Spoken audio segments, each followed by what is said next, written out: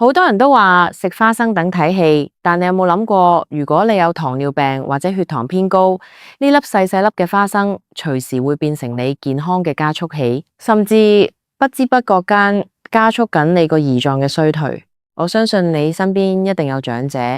或者你自己可能都聽人講過，話花生有營養、有飽腹感，當零食食最好。但係你又知唔知有好多糖尿病人，明明平時好聽醫生話，白飯又戒咗，甜品又唔敢掂，但係點解個糖化血色素，即係我哋叫嘅 HbA1c，依然高居不下，甚至到咗50-60歲嘅時候，個胰臟功能衰退得比同齡人快好幾倍。問題極有可能就係出喺你每日食嗰幾粒花生，或者你以為好健康嘅某幾種日常食物身上。今日我唔係同你講啲高深嘅醫學理論。我係想用最貼地、最合乎我哋香港人生活習慣嘅角度，同你一齊拆解呢個花生陷阱，同埋醫生千叮萬囑，想胰臟健康就千祈要少食嘅3種嘢。如果你想自己或者屋企長者到咗70-80歲都依然可以精精神神行得走得，晚年生活質素唔受糖尿病影響，呢條影片你一定要由頭到尾睇清睇楚。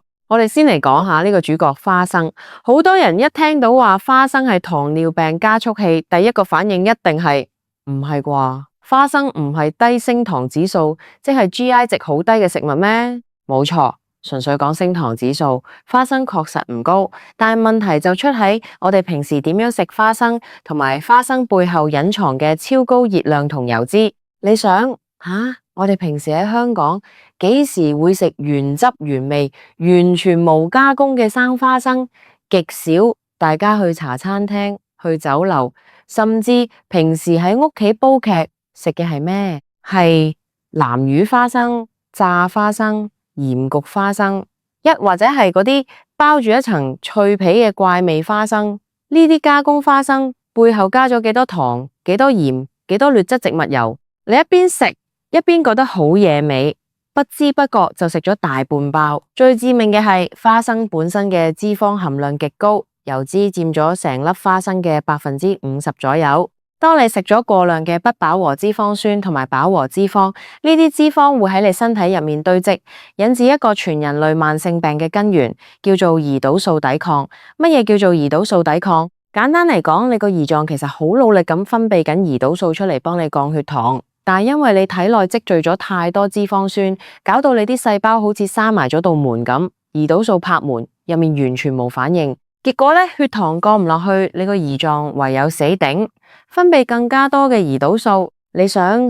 一個正常人嘅胰臟用正常速度做嘢，可以用到80歲、90歲，但係因為你天天食花生，搞到個胰臟要用雙倍甚至3倍嘅工作量去運作。長期咁樣超負荷工作，可能你到咗50-60歲嘅時候，你個胰臟就已經活生生咁被用殘咗，功能徹底崩潰。呢個就係點解醫生話花生會變成糖尿病加速器嘅真正原因。佢唔係即時令你血糖爆升，佢係溫水煮青蛙，慢慢榨乾你個胰臟嘅壽命。講完花生，我哋就要入正題。醫生提醒，如果你想自己個胰臟可以用多幾十年，想晚年生活質素好，有3種嘢大家千祈要少食。第一種就係我哋香港人最中意行到邊度都見到嘅精製精煉澱粉同埋隱形糖食物。一講到呢度，大家可能又會話，我知喎，真係唔好食白飯嘛。但其實除咗白飯之外，有更加多你以為唔係甜品，以為好健康嘅嘢，正喺度瘋狂折磨緊你個胰臟。舉個例，好多長者朝早老是喜歡去茶餐廳叫一碗沙爹牛肉麵，或者一碟乾炒牛河，再唔係就係去港式麵包店買個菠蘿包、雞尾包當早餐。你以為呢啲係鹹嘅，或者只係普通麵包？呢啲全部都係精製麵粉做嘅。呢啲精製麵粉入到你個胃，消化速度極快，轉化成葡萄糖嘅速度就好似坐火箭咁，令你食完之後嘅半個鐘入面，血糖直線飆升。仲有好多長者因為牙齒唔好或者胃口一般，好中意喺屋企煲白粥或者食麥片。有啲人甚至覺得大米粥熬得越爛越有營養。但由醫學角度睇，白粥熬到綿一綿嗰陣，入面嘅澱粉已經完全糊化。你飲一碗白粥，同你直接飲一盒糖水，對個胰臟造成嘅負擔其實冇乜分別。血糖升得太急，胰臟就要被迫瘋狂工作，分泌大量胰島素去救火。每日重複3次呢種血糖過山車，你想你個胰臟健康都幾難。除咗呢啲表面嘅澱粉，仲有隱形糖。香港人好講究養生，好多人鍾意飲湯、飲涼茶，或者喺屋企調味嘅時候加啲鮮味。例如我哋去飲茶食嘅點心、豉汁、蒸排骨、山竹牛肉、叉燒包，呢啲明明係鹹嘅點心，但係如果你去過酒樓廚房，你就知大廚為咗帶出鮮味，入面加咗不知幾多砂糖。你以為自己今日冇食糖，其實你已經將超標嘅糖分吞晒落肚。當你到咗40-50歲，新陳代謝慢晒，呢啲隱形糖就變成胰臟嘅催命符。跟住落嚟，我哋講第二種要少食嘅嘢。呢種嘢好多人甚至當佢係健康神物，日日飲，夜夜飲。呢個就係果汁同埋過量嘅高糖水果。我相信10個有9個香港人都聽過一日一蘋果，醫生遠離我，多食水果健康。呢個觀念根深蒂固，但係現代嘅水果同我哋幾十年前食嘅水果已經完全係兩條線。而家嘅水果經過農業技術改良，個個都追求甜到流。日本嘅、台灣嘅，甚至本地嘅，乜嘢香印、提子、砂糖橘、芒果，甜度高到嚇人。最糟糕嘅係好多長者或者上班族嫌食水果不方便，或者嚼唔爛，好鍾意用部榨汁機，將幾個條鮮橙、蘋果，再加隻香蕉，榨成一杯純天然、無添加嘅果汁。佢哋覺得呢杯係精華，每日朝早飲一杯，覺得自己好養生。但其實當你將水果榨成汁嘅那一刻，你已經將水果入面最寶貴可以減慢糖分吸收嘅膳食纖維全部過濾走晒，留低嘅只剩下一杯高濃度的果糖水。大家要明白，果糖雖然唔會直接令你嘅血液葡萄糖指標即時上升，但係果糖係由我哋嘅肝臟直接代謝嘅。當你一次過飲入大量果糖，你個肝臟根本頂唔順，會直接將呢啲果糖轉化成脂肪，堆積喺肝臟周圍，形成脂肪肝。有脂肪肝會點？脂肪肝會直接導致全身性嘅胰島素抵抗，也就是說，你以為好健康嘅一杯純果汁，轉個彎，用最陰險嘅方式，令到你個胰臟要加倍工作，最後引發糖尿病。所以我經常同身邊60-70歲嘅老人家講，水果可以用牙咬嚟食，就千祈唔好榨汁，而且要揀啲低糖嘅水果，好似番石榴、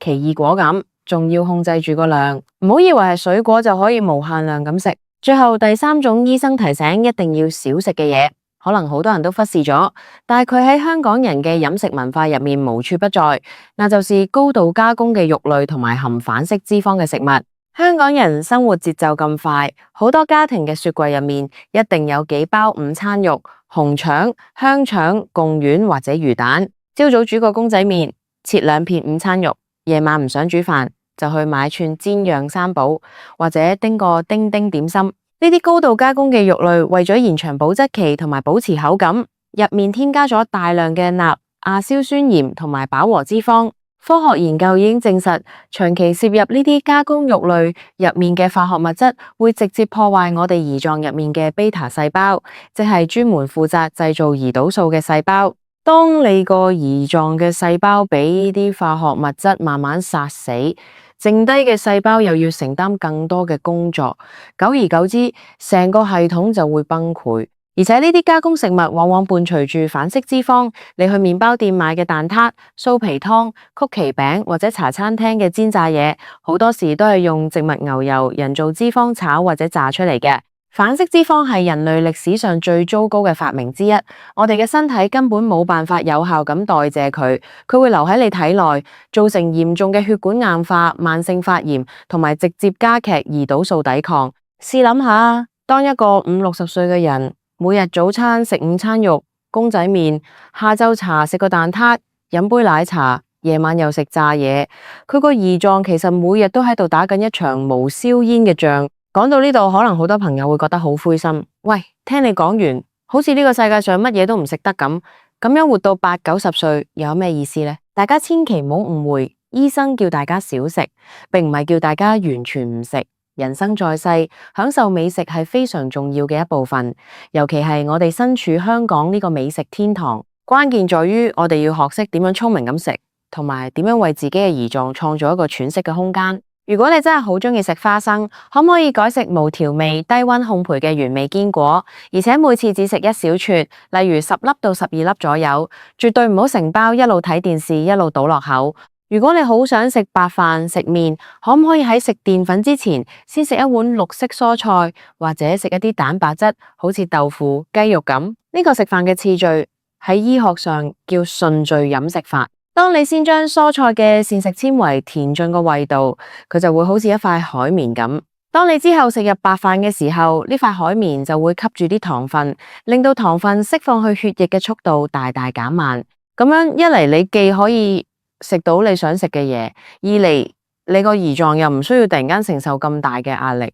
可以好平穩、好舒服咁收工。我見過好多70、80歲嘅老人家，佢哋依然可以行得走得，面色紅潤，甚至可以同後生仔一齊去旅行。佢哋嘅秘訣絕對唔係日日食仙丹，而係佢哋喺日常生活中好自律咁保護緊自己個胰臟。佢哋知道晚年嘅生活質素係建立喺你40、50歲，甚至更早嘅時候，你對自己身體嘅每一啖投資。糖尿病可怕嘅地方，從來都唔係血糖高呢個數字本身，而係佢隨之而來嘅併發症、心臟病、腎衰竭，甚至係對眼睇唔到嘢要截肢。而呢一切嘅源頭，往往就是由你以為無傷大雅嘅一粒花生、一杯果汁、一片午餐肉開始累積出嚟嘅保護胰臟，其實就係保護緊你後半生嘅尊嚴同自由。當你明白咗呢啲食物身後嘅真相，下次當你面對呢啲美食誘惑嘅時候，